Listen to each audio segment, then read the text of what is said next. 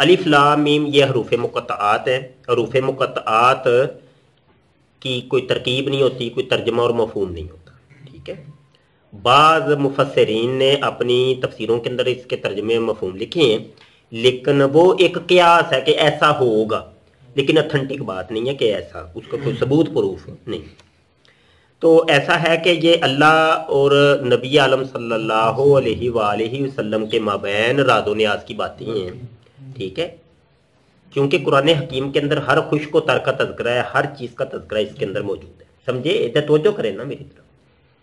تو ہر چیز کا تذکرہ ہے، تو کئی چیزوں کے آیات کے اندر ہمیں تذکرے مل جاتی ہیں، کئی چیزوں کے تذکرے نہیں ملتے.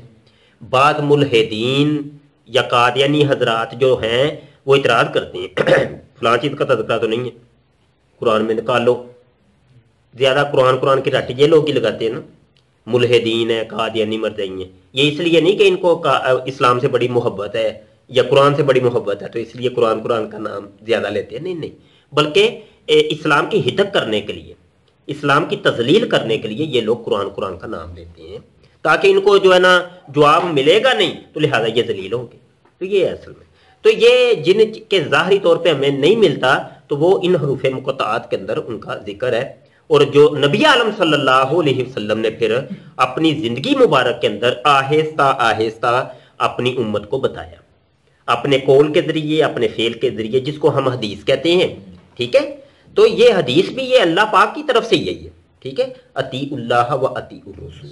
تو یہ ہمیں حکم ہے کہ اللہ کی بھی اطاعت کرنی ہے، رسول پاک صلی اللہ علیہ وسلم کی بھی اطاعت کرنی ہے.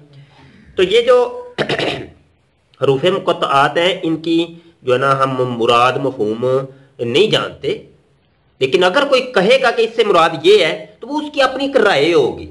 تو رائے تو پھر وہ ہوتا ہے نا، رائے میں اختلاف بھی تو ہوتا ہے نا. صحیح ہے کہ نہیں؟